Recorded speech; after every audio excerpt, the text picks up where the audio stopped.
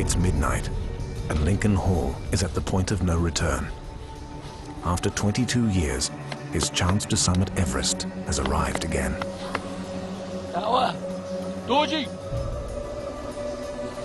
After 4 days of solid climbing, he heads into the death zone, where survival depends upon speed.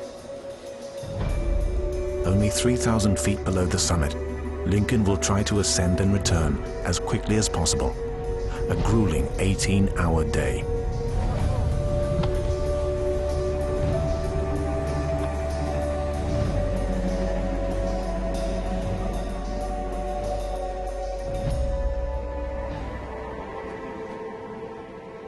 But suddenly, Lincoln comes face to face with yet another victim of Everest's brutal conditions.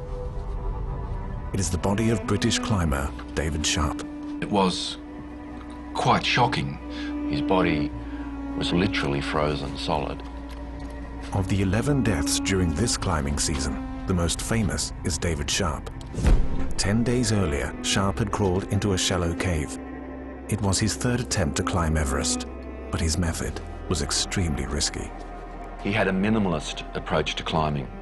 He had no Sherpa support. He had no real contact with other expedition members because he didn't have a radio. When he was discovered dying, nobody even knew who he was. He was very much alone.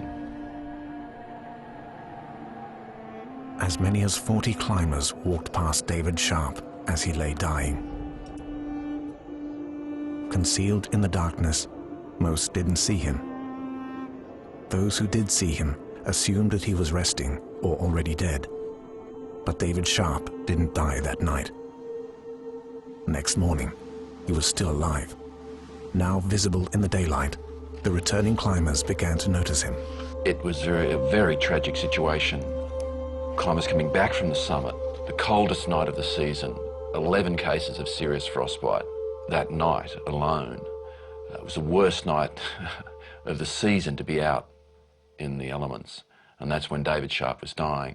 The media reacted swiftly to the news that David Sharp was left to die. David Sharp ran into trouble on the mountain, and he is passed by a number of climbers. 40 other climbers passed by mountaineer David Sharp as he lay dying. Has commercial mountaineering made climbing a remarkably heartless pursuit? Criticism all the more stinging since it comes from Sir Edmund Hillary.